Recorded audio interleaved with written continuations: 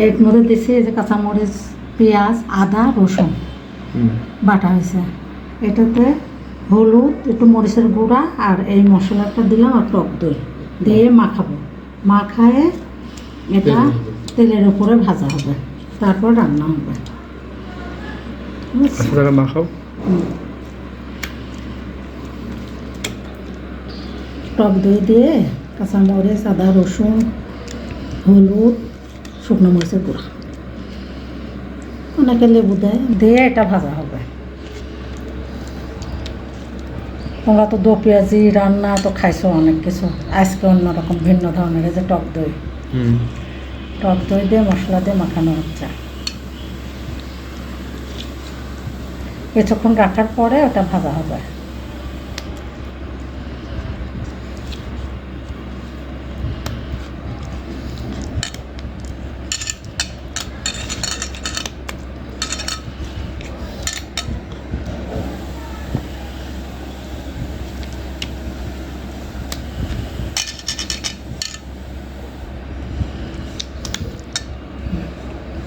এটা আর কিছুক্ষণ রাখবো, রাখার পরে এটা ভাজবো।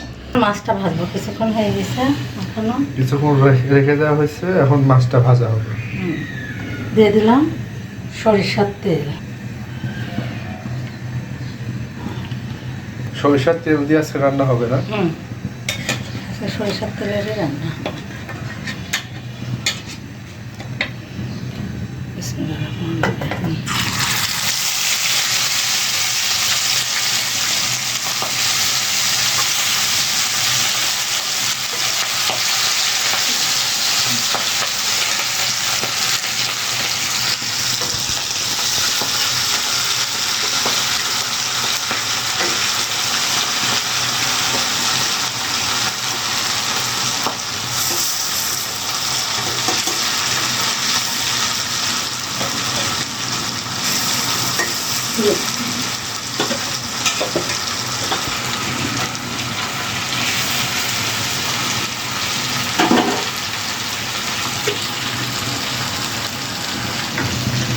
সরিষার তেলে আলাদা একটা ঘ্রাণ বেড়েছে।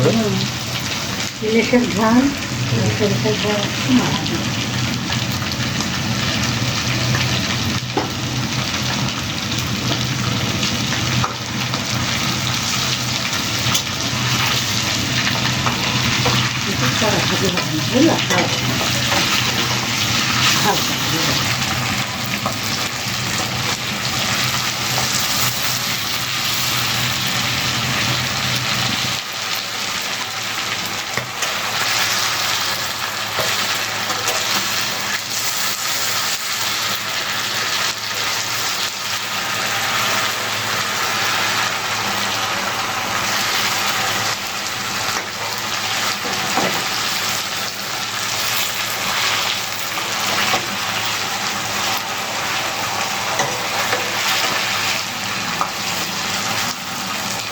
সরষের তেলে এবারে ভাজাটা দেখা যায় না।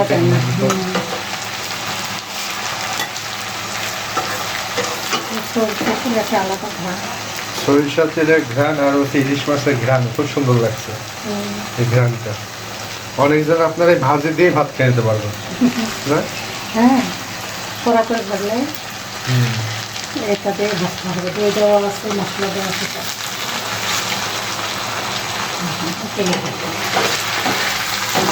হালকা ভাজবেন না? হালকা।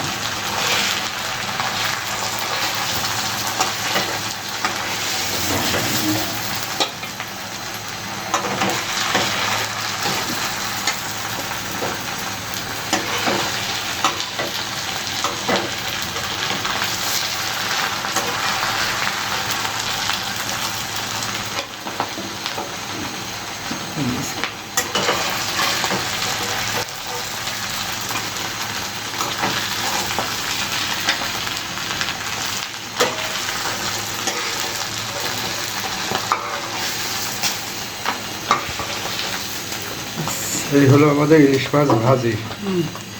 এখন এটা এখন সব মশলা দেবো। হ্যাঁ, এখন রান্না হবে।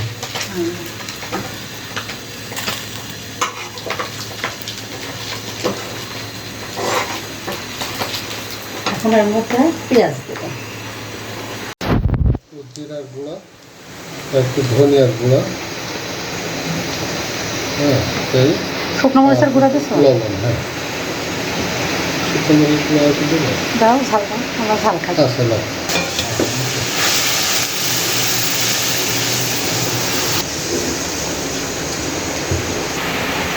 একটু দই দিলাম। সব দই।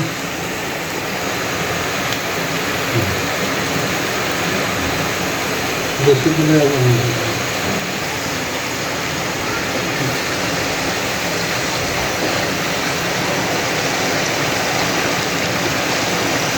মাছ খাইছি তেল আনলে মাছ ভাঙে না, সুন্দর দিয়ে করলে ভাঙার সম্ভাবনা থাকে।